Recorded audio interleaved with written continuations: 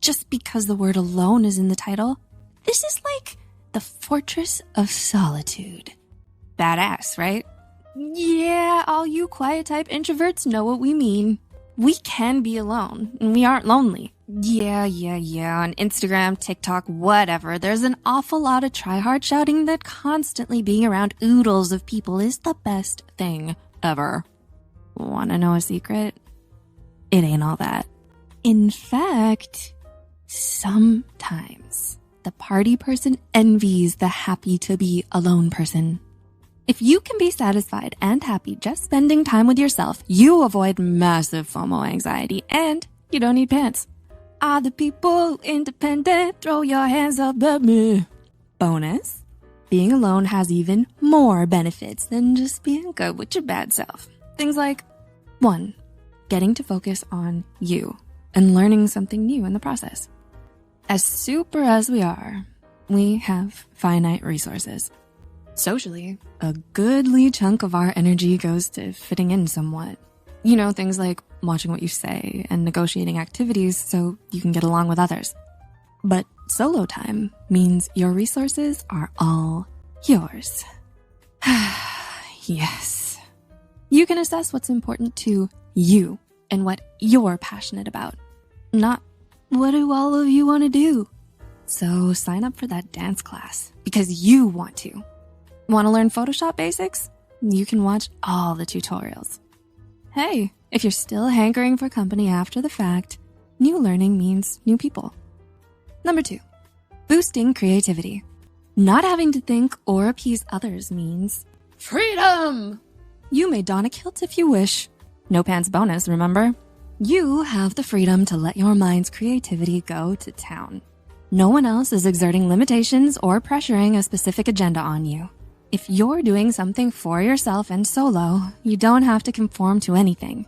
Let the innovating maestro in you fly high. You can choose later if you want to share and trim accordingly at that time. So, no big, right? Number 3, authenticity. Be like water, my friend.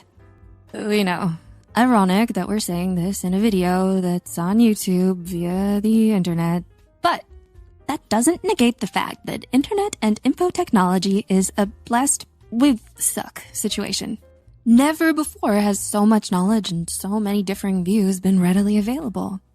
Yet, also, never before has there been so much noise, drowning out your inner voice. The one that says, this is me.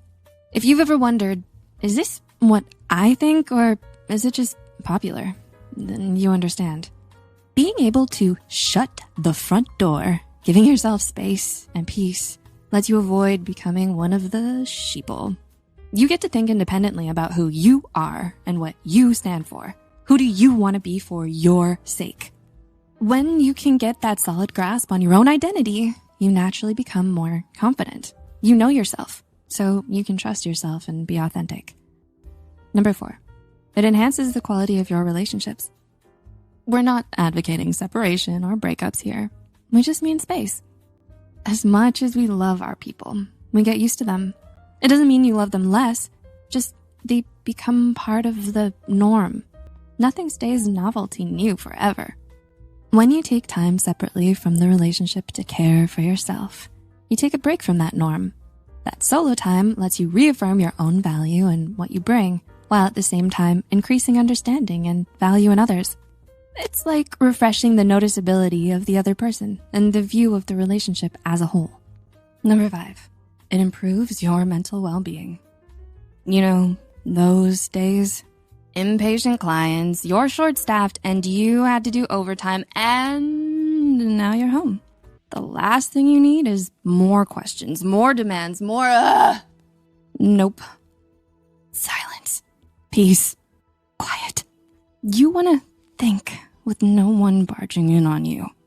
Experiencing that spot of solitude and finding comfort in it improves stress management, increases life satisfaction, and enables focused attention, which improves recall and retention of information. All of this, in short, lets you get a grip so you don't feel lost, hopeless, or compelled to do something unwise out of desperation. And number 6, you can make sure that the cake is not a lie. You love someone. Okay, fine. You like someone. Or there's someone who makes you smile. And that's a positive. Happiness is a strange thing, though. Like a deceptively small cheesecake. It's sweet, it looks light, and when you have to eat a whole slice on your own, it feels like a brick. Being happy with someone is good. Giving someone the impossible responsibility for your happiness is a lose-lose for everyone. It's forcing this person to become an extension of you. You're bleeding off your power and giving it to them, depending on this outside source. Disappointment or a breakup becomes a traumatic amputation. Why nerf your powers? You know what you need. When you make your own happy cake, regardless of how outside influences turn out, you still have your cake.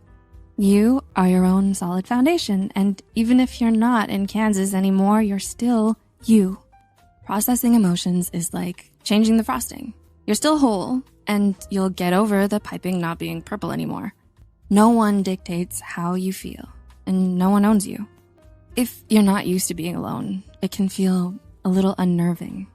If so, ask yourself, I'm with me. Why do I feel uncomfortable? Is this the first time you haven't had to cater to others, and you don't know how to cater to yourself? We tend to fear the unknown.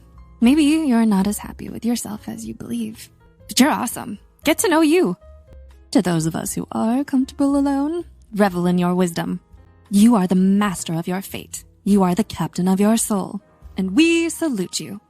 How did these points affect you? And can you relate? When was the last time you realized that you thrive in solitude? Discuss, share, and like. Thanks for watching, and we'll see you soon.